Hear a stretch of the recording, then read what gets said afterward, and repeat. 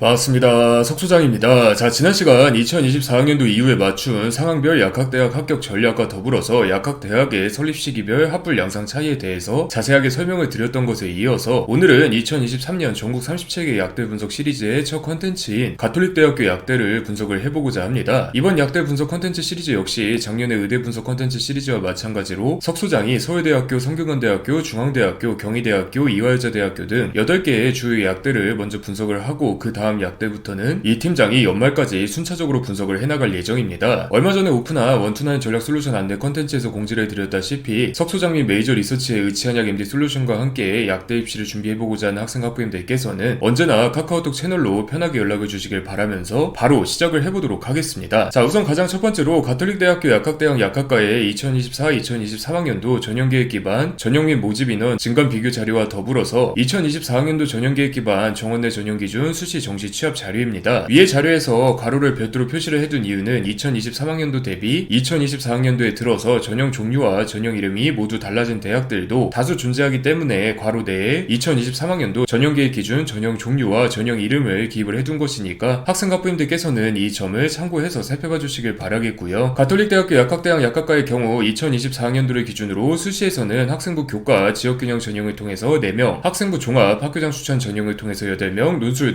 전형을 통해서 8명으로 총 20명을, 정시에서는 정시 수능 가군 전형을 통해서 10명으로 총 10명을 모집해서 전체 30명을 모집하고 있습니다. 패스페일 면접을 활용하는 의예과 학생부 교과 지역균형 전형과는 다르게 약학과 학생부 교과 지역균형 전형은 아예 면접이 없고요. 가톨릭 대학교 자체가 수도권 위치에 있는 터라 지역소재 고등학교 출신 학생들을 우대하는 결에 지역균형 전형은 별도로 설립이 되어 있지 않습니다. 약학대학의 경우 일반적으로 소속 지역과 더불어서 의과대학의 네임밸류 영향력을 받는 경우가 많은데요. 다들 잘 아시다시피 가톨릭대학교 의과대학이 전국 빅5 의대 중에 하나이기 때문에 가톨릭대학교 약학대학 역시 이러한 의료 인프라를 가톨릭대학교 약학대학의 강점으로 자랑을 하고 있으며, 동시에 가톨릭대학교 약학대학도 수도권인 경기도 부천에 위치해서 여러모로 어드밴티지를 받아서 높은 입결을 자랑하고 있습니다. 올해 3월에 대학교에 입학한 2023학년도가 아닌 2022년 3월에 대학교에 입학한 2022학년도를 기준으로 학생부 교과 지역균형 전형의 최종 합격자 기준 최고 내신이 1.08등급, 평균 내신이 1.12등급, 최저 내신이 1.17등급으로 매우 높은 입결 컷을 형성하고 있는 만큼 학생 학부님들께서는 이 점을 잘 참고해 주시길 바라겠고요. 정원 외 전형인 학생부 종합 기회균형 2 농어촌 학생 전형을 제외한다면 일반적으로 세계 영역화 5등급 이내 탐구 상위 한 과목 반영의 수능 최저 학력 기준을 요구하고 있으며, 2024학년도를 기준으로는 대략 경상국립대학교 약학과 학생부 교과 일반 전형, 경성대학교 약학과 학생부 교과 일반계 고교과 지역인재 전형, 계명대학교 약학과 제약학과 학생부 교과 일반 지역 전형, 삼육대학교 약학과 학생부 교과 일반 학교장 추천 전형과 학생부 종합 재림교회 목회자 추천 세움인재 전형, 숙명여자대학교 약학부 학생부 교과 지역균형 선발 전형, 한양대학교 에리카 캠퍼스 약학과 학생부 교과 지역균형 선발 전형 등과 비슷한 수준이라고 할 수가 있습니다. 본 컨텐츠 매니의 2024학년도 전국 37개 약대 분석 컨텐츠에서 모든 약학대학의 전형계획 기준, 수능 최저학력 기준을 정리해 두었으니까 여러분들께서는 이 점을 잘 참고해 주시길 바라겠고요. 가톨릭대학교 약학대학의 경우 지난 2024학년도 이후에 맞춤형 상한별 약학대학 합격 전략 및 약학대학의 설립 시기별 합불 양상 차이 분석 컨텐츠에서 말씀을 드렸던 대로 2011년에 들어서 일괄적으로 설립된 15개 약대 중 하나에 속해 있기 때문에 가톨릭대학교 약학대학만의 역사라고 할 것이 딱히 없습니다. 가톨릭대학교 약학대학 자체 홈페이지 역시 이 점을 잘 알고 있는 만큼 역사나 이념 자체를 강조하기보다는 약에 대한 지식이 많은 약사, 환자를 최우선으로 하는 약사, 봉사할 줄 아는 따스한 마음을 지닌 약사라는 기본적인 교육 목표를 중심으로 8개 상무병원에 근간을 두고 있는 강력한 의료 네트워크를 적극적인 장점으로 꼽고 있는데요. 그나마 강조하고 있는 역사가 2011년 설립 당시 교육과학기술부로부터 인증을 받은 우수신설 약학대학이라는 점과 더불어서 가톨릭대학교 약학대학의 3가지 교육 목표가 가톨릭대학교 의과대학의 3가지 교육 목표이자 인재상인 역량 있는 의사, 소명의식 있는 의사, 리더십 있는 의사에 각각 대응된다는 점을 고려해 봤을 때 이전 컨텐츠에서 석소장이 말씀을 드렸던 역사와 이념 자체에 무게를 두기보다는 2011년 설립 이후에 어떤 노력을 해왔는지를 중심적으로 어필하고자 하는 플러스 의과대학의 설립 이념과 교육 인재상의 결을 공유하는 대표적인 약학대학의 사례라고 할 수가 있습니다. 학생 학부님들께서는 이런 약학대학의 경우 다소 고전적이라 할 수 있는 인재상과 이념 측면에 스스로를 맞추기보다는 2011년 설립 이후 현재까지 가톨릭대학교 약학대학이 성취한 여러가지 성과들을 본인의 상황과 수준에 맞게 재해석할 수 있어야만 합격한다는 점을 꼭 기억을 해주시길 바라겠고요. 오늘 가톨릭대학교 약학대학 분석 컨텐츠에서 석소장이 꼽고 싶은 가장 중요한 합격 전략은 추상적인 연구 역량이 아닌 여러분이 보유한 연구 역량을 정확히 어떠한 환경에서 어떠한 방식으로 펼쳐낼지를 확실하게 어필을 하라는 점입니다. 사실 해당 포인트는 굳이 가톨릭대학교 약학대학에만 해당되는 이야기는 아니고 2022학년도부터 통합 6년제 선발을 진행하고 있는 모든 약학대학에 해당되는 이야기이기도 합니다. 이전 콘텐츠에서는 내용이 너무 길어질까봐 2009년에 들어서 기존의 4년제 학제 시스템이 2+4년제로 변화되면서 약대 인원이 증원된 이유를 단순히 고등교육법 시행령의 변화 때문이라고 언급하기는 했지만, 조금 더 자세하게 이야기를 해보자면 시작은 2000년에 진행된 진료는 의사에게, 약은 약사에게로 요약이 되는 의학 분업으로부터 시작된다라고 할 수가 있습니다. 의학 분업은 방금의 표어가 설명하듯이 의사와 약사의 역할을 뚜렷하게 구분을 하는 것인데, 실제로 의학 분업이 실현된 2000년 이전까지는 지금처럼 병원에 갔다가 처방전을 들고 인근의 약국으로 이동해서 약을 처방받는 형태가 아니라 하나의 병원 내에서 의사에게 진료를 받고 약사에게 약을 처방받는 형태가 가능했었습니다. 규모가 작은 병원에서는 약사를 따로 고용하지 않고 의사의 처방에 따라서 간호사나 조무사가 약을 조제해주는 경우도 빈번했었는데, 급속도로 근대화가 이루어진 구한말 당시가 의사면허 제도가 도입된 지가 얼마 안 된 상황이었기에 현대의학을 전문적으로 다루는 의사들이 부족했고, 이에 과거부터 양반들의 의학적 지식에 따라서 약제를 취급해오며 나름의 노하우가 쌓였던 약제상들이 실질적인 1차 의료기관으로서의 역할을 수행해온 바람에 약에 대한 규제가 애매했기 때문이 뒷배경이라고 이해를 하시면 쉽습니다. 물론 한약 분쟁 등 본격적인 의학 분업이 실현되는 데에 기폭제 역할을 한 세부적인 사건들이 몇 가지가 더 존재하기는 하지만, 여기서 이야기하기에는 너무 3000% 빠지는 느낌인지라 생략을 하기로 하고, 아무튼 결과적으로 이러한 배경 속에서 의사와 약사의 전문 분야를 구분하는 의학 분업이 실시된 이후부터 약학대학도 기존의 약과학 및 창약 중심 교육을 벗어나서 독립적인 개국 약국 혹은 병원 소속의 전문 약국에서 환자를 응대하기 위해 필요한 전문적인 역량으로 요약되는 넓은 범위의 임상 역량의 교육의 필요성이 대두되기 시작합니다. 실제로 해당 시기에 미국과 일본에서도 비슷한 의견이 대두되어서 결국 약학교육 학제 시스템이 6년으로 변경이 되기도 했고, 국내에서도 본격적으로 6년제 학제 시스템에 대한 논의가 진행이 되었고요. 결과적으로 다양한 논의를 거쳐서 확정된 학제 시스템이 2+4년제의 시스템이었습니다. 기존의 4년제 시스템이 2+4년제로 변화된 이유를 구체적으로 정리를 해보자면, 4년이라는 시간만으로는 변화된 약학 실무에 대한 교육을 세밀하게 진행하기가 어려워서 글로벌 약학 기준을 충족시키기가 역부족이라는 점, 그리고 전세계적 약사의 직업적 특성이 실질적으로 환자를 지향하는 형태로 변하는 동시에 약사도 처방전 기반의 조제 분야만 담당하기보다는 보건의료팀 소속의 실질적인 임상 일원으로서 활동하는 사례가 늘어나고 있다는 점, 그리고 신약 개발 분야에 대한 교육도 더해서 제약 선진국으로의 도약이 필요하다는 점 등으로 요약을 할 수가 있습니다. 예전처럼 약에 대한 규제가 애매했던 상황이라면 몰라도 의학 분업이 실현되고 약의 개념이 기존의 생약에서 화학약품 및 바이오시밀러 의약품 등으로 확대되면서 관련 시장도 엄청난 규모로 확장되고 있는 분위기를 고려했을 때, 기존의 4년만으로는 국가에서 원하는 수준의 약사 및 약학연구 역량을 보유한 인재를 길러내기가 애매하기 때문에 일반 종합대학교에서 생명과학과 화학 등 약학의 제반 학문을 공부해서 예비 약학도로서의 역량을 기르다가 피트 시험을 통해서 약학교육 이수 자격을 판별하고, 이후에 4년 동안 본격적으로 약학교육을 진행해서 국가에서 원하는 수준의 선도적인 약사를 길러내기로 결정했다라고 생각을 하시면 됩니다. 자, 그런데 이 2+4년제 학제 시스템에는 여러가지 부작용이 나타나기 시작을 하는데요. 학제 시스템의 연수가 물리적으로 길어진 만큼 약학 분야의 전문성을 가진 동시에 실질적인 국내 약학 연구를 선도해 나갈 약학 교수들이 대거 발생하면 물론, 임상약학 분야에 대한 전문성을 기르기 위한 임상약학 전공 커리큘럼의 확충 및 실무 강화 시간 확보 등의 장점이 존재하기는 했지만, 피트 시험의 단답식 위주의 특성을 고려했을 때 약대 자체의 창의적인 교육을 따라가는 인재를 선발하기가 어려웠다는 점, 약대 입학군 자체가 이미 일반 4년제 종합대학의 3학년에 해당하는 나이에 해당하는 점과 더불어서 피트 시험 평균 준비 기간이 1년 이상임을 고려했을 때 장수생의 경우도 빈번하게 발생해서 결과적으로 약대 학생 자체의 고령화가 발생하고 있다는 점, 이러한 고령화로 인해서 졸업 이후 곧바로 실질적인 수익을 얻을 수 있는 개국 및 취업 약사로서의 진로에 유입될 가능성이 높아 기존 약대 학제 시스템 개편의 주 목적인 연구, 산업, 임상 약사 등의 진로가 활성화되지 않는다는 점, 설령 산업 약사 등의 진로를 고민하고 있다고 하더라도 남학생들의 경우 군생활 등을 고려했을 때 졸업 시점에서 이미 30살이 넘어갔을 확률이 높은데, 현실적인 면모를 고려했을 때 신입으로서 제약업계 등에 열정적으로 임하기가 어렵다는 점, 피트 시험 재수생 및 대학교 3학년 이상 수료자의 불필요한 대학 등록금과 시험 준비로 인한 노동 생산성 손실 등으로 인해서 발생하는 추가적인 사회적 비용이 연 2,500에서 4,600억 원이라는 점, 그리고 2+4년제라고 하기는 하지만 마지막 학년인 1년은 실무 실습과 약사 국시를 준비하다 보면 사실상 기초 심화 약학 교육을 모두 3년 내에 마쳐야 하기에 벅차다는 점, 마지막으로 피트 시험의 주 대상 학문인 화학, 생물학 등 자연 및 이공계열 전공자들의 대거 휴학 및 자퇴로 인해서 기초과학 분야의 인력 양성이 어려움을 겪고 있다는 점 등등의 단점이 존재했었습니다. 특히 마지막 부분에 대한 단점은 위의 컨텐츠에서도 말씀을 드렸다시피 한참 피트가 유행하던 시절 학부 신입학 화학과 및 화학공학과 학생부 종합전형 면접에서 약학 관련 비교과가 조금이라도 들어가 있으면 무조건적으로 약들을 진학하려고 우리 국내외과에 지원한 것 아닌가 하는 느낌의 압박 면접의 분위기가 형성되는 식으로 여러분들도 체감할 수 있을 정도의 부작용으로 연결이 되기도 했고요. 아무튼 이러한 결과로 탄생한 것이 바로 2022학년도 입시부터 시행이 된, 즉 본 콘텐츠를 살펴보고 계신 대다수의 학생들에게 해당하는 통합 6년제 학제 시스템이라고 생각을 하시면 됩니다. 전체적인 비용이 증가하기는 하지만 기존의 4년제에 비하면 시간도 2년이나 더 벌었을 뿐더러 다른 4년제 종합대학교에 인접학문 전공자들을 강탈하는 것으로 발생하는 부작용은 물론 PTC와 맨수 등으로 인해서 발생하는 고령화도 해결할 수 있고, 결과적으로는 기존의 개업, 취업 약사가 아니라 연구, 산업, 임상 약사 등으로 유입될 수 있는 약사들을 더 키울 수 있다는 장점이 명확하기 때문에 각 고등학교를 졸업한 학생들을 선발해서 양성하는 6년제 시스템이 결정된 것이라고 이해를 하시면 되는데, 여기서 여러분들이 인지를 해주셔야 되는 점은 우리나라 대부분의 교육 시스템의 선행 모델로 평가가 되고 있는 미국에 대한 사항이라고 할 수가 있습니다. 이 미국의 경우에는 임상약학을 약학의 세부 학문 갈래 중 하나로 보는 우리나라와는 다르게 임상약학을 약사의 독립적인 직업 영역으로 구분하는 동시에 약학대학 수준에서 이미 다양한 의료 환경에서 환자에게 직접적인 임상양료 서비스를 제공할 수 있는 전문약사로 거듭나도록, 또한 병원 다학제팀의 일원으로서 직접적이고도 전문적으로 환자 치료에 기여할 수 있는 약학 전문가로서의 역량을 기르도록 임상 및 사회약학 분야 관련 교과목을 본과 4년 기준 64.6% 이상으로 배정을 해두고 있습니다. 반면 우리나라의 경우 한국약학교육협회 제안 교과과정 기반 본과 4년 기준 임상약학 및 사회약학 교과목의 비중이 35.1%에 불과하다는 점을 고려한다면, 국내의 모든 약학대학에서 개국 및 취업 약사가 아니라 연구, 산업, 임상약사로 유학되는 전문약사 직업 파트에 대한 비중을 점점 늘려나갈 가능성이 높다는 점도, 나아가서 이러한 분야의 강점을 갖고 있는 인재를 선발하고자 노력할 가능성이 높다는 점도 알 수가 있습니다. 지난 컨텐츠에서 석 소장이 말씀을 드렸던 것처럼 표현 그대로 어떠한 약을 개발하고 싶다, 혹은 추상적으로 환자에게 부작용 없는 약을 조제해줄 수 있는 친절한 약사가 되고 싶다 해서 끝나는 것이 아니라, 특정 질환에 대해서 실질적인 약물 기전이나 약물 제제약 등을 어떠한 방식으로 개발해서 현재의 어떠한 문제점을 해결하는 데에 의학인이자 의료인으로서 주도적인 역할을 하고 싶다를 생활기록부 수준에서 보여줄수록 합격할 가능성이 높아진다는 의미이기도 하고요. 석 소장이 이 정도면 아예 별개의 컨텐츠로 빼서 이야기를 해도 되겠는데 싶은 이야기를 굳이 가톨릭대학교 약학대학 분석 컨텐츠에서 하는 이야기는 간단합니다. 바로 이 연구, 산업, 임상 약사 등의 전문 약사가 전문적으로 육성되고 양성될 수 있는 시스템의 전제 조건은 해당 약학대학이 약학 자체만 연구할 수 있는 인프라를 넘어서 다학제적 접근이 가능할 정도로 큰 규모의 인프라를 가지고 있어야 하기 때문에 그렇습니다. 예를 들자면 국내 탑 빅5 병원으로 꼽히는 가톨릭대학교 서울성모병원을 비롯해서 8대 성모병원 인프라를 갖추고 있고 국제적 수준의 약학 인재를 배출하는 것을 목표로 두고 있는 가톨릭대학교 약학대학처럼 말이죠. 실제로 가톨릭대학교 약학대학의 출범과 함께 설립된 가톨릭대학교 부설 종합약학연구소의 기관 소개를 살펴보면, 이러한 메디클러스터 모델 기반의 기존 바이오의약품 대체 저분자 화합물 발굴과 신약으로서의 개발을 목표로 삼고 있기도 하고요. 물론 모집 인원 자체가 그렇게 많지 않기 때문에 무조건적이라고까지 말씀을 드리기는 어렵겠지만, 여러분들께서는 그간 가톨릭대학교 약학대학에 합격했던 학생들이 가톨릭대학교 의료인프라 내에서 발생한 다양한 성과에 약물이 기여한 정도를 명확하게 이해를 하고, 이에 대해 심화탐구를 진행했다는 점과 더불어서 국내에서는 중요성과 역할이 다소 축소되어 있는 임상약학의 정체성과 가능성을 보다 깊이 있게 탐구해서 자신만의 진로 정체성을 확고하게 드러냈다는 점을 꼭 기억을 해주셔야만 합니다. 특히 종합약학연구소의 핵심 연구 과제인 저분자 화합물은 물론 고분자 기반 약물 전달 시스템에 대한 탐구도 당연하게도 포함되어 있었다는 점도 함께 참고를 해주시길 바라겠고요. 자, 그래서 오늘은 이렇게 가톨릭대학교 약학대학을 표방한 약학대학의 교육 시스템의 변화 양상도 함께 쭉 살펴봤는데, 여러분들께서는 석 소장의 편의를 위해서 지역약국 기반의 약사는 임상약사와 따로 구분을 해두었지만, 그간 약대 편입 및 진학에 성공한 학생들과 이야기를 나누다 보면은 실제 약대 교수님들 중에서 입학할 때는 다들 연구, 산업, 임상약사 한다더니 졸업할 때 되니까 다들 개국 취업약사에서 아쉽네라고 이야기를 할 정도로 개국 취업약사를 그렇게까지 선호하지는 않는다는 점과 더불어서 실질적으로도 전문약사에 대한 국가 차원의 고민이 지속되고 있다는 점도 함께 기억을 해주셔야만 합니다. 여러모로 약학대학보다는 의과대학 및 치과대학처럼 약과대학으로 나아가기 위한 준비를 하고 있는 것이 요즘의 느낌이라 석 소장은 분석을 하고 있으니까, 여러분들께서는 기존의 몇몇 컨텐츠를 토대로 생명공학 및 화학공학에 가까운 막연한 연구 역량 이외에도 약사로서 어떠한 역량을 갖춰서 어떠한 목표를 이뤄낼지를 명확하게 고민해보시는 것을 추천드리도록 하겠고요. 또한 이전 컨텐츠와 오늘의 컨텐츠를 살펴보신 분이라면 아시겠지만, 약대 입시에서 매년 중요성이 더해지고 있는 요소가 바로 연구 방향성과 연구 환경이라고 할 수가 있습니다. 신약을 개발하고 싶다면 어떠한 신약을 어떠한 과정을 거쳐서 어디서 개발을 할 것인지, 환자들을 위한 약사를 되고 싶다면 어떠한 효능을 가진 약물의 한계점을 어떠한 방법으로 더욱더 개선해서 어떠한 환경에서 활용하고 싶은지를 자기소개서가 없어졌기에 생활기록부와 면접에서 얼마나 잘 드러내는지가 약대 합불의 여부를 결정한다라고 해도 과언이 아닙니다. 오늘 컨텐츠에 참고 자료로 활용한 연구 논문과 연구 결과를 이렇게 첨부를 해놓았으니까 관심 있는 학생과 학부모님들께서는 한번 읽어보시는 것을 추천드리면서 다음 컨텐츠로 찾아뵙도록 하겠습니다. 감사합니다.